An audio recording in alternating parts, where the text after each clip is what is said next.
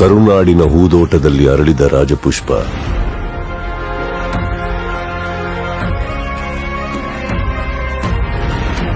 ಅಪ್ಪು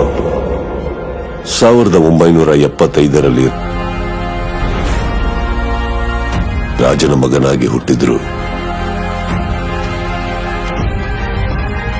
ಸಾಮಾನ್ಯರ ಜೊತೆಯಾಗಿ ಬೆಳೆದ್ರು.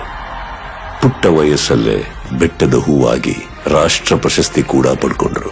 ಅಪ್ಪನ ತೇಜಸ್ಸನ್ನ ಅಭಿನಯದಲ್ಲಿ ತಂದರು. ಅಪ್ಪನ ವರ್ಚಸ್ಸನ್ನ ಅವರ ನಗುವಿನಲ್ಲಿ ತುಂಬಿಕೊಂಡ್ರು. ಅಪ್ಪು ಅವ್ರು ಬಂದಿದ್ದಾರೆ. ಯಾರೋ ಅಪ್ಪು? ಅಶ್ವಿನಿ ಅನ್ನೋ ಅನುಬಂಧದ ಜೊತೆ ಅಜರಾಮರಾದರು. ಅವರು ಮುಟ್ಟಿದ್ದೆಲ್ಲ ಹಿಟ್ಸ್,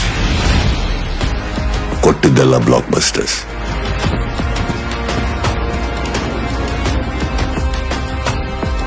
ಜೀವನನ ಜನಕ್ಕಾಗಿ ಮೀಸಲಿಟ್ಟು ಜೀವನ ನಮ್ಮೆಲ್ಲರ ಹೃದಯಗಳಲ್ಲಿ ಬಚ್ಚಿಟ್ರು. ಮಾಡಿದ ಸಹಾಯ ಲೆಕ್ಕಕ್ಕಿಡದೆ ಎಷ್ಟು ಸಾಧ್ಯನೋ ಅಷ್ಟು ಅಭಿಮಾನಿಗಳ ಇಷ್ಟ ಕಷ್ಟಗಳಿಗೆ ಸ್ಪಂದಿಸಿದ್ರು. ವಿಧಿ ಅನ್ನೋ ಆಟ ಒಂದು ದಿನ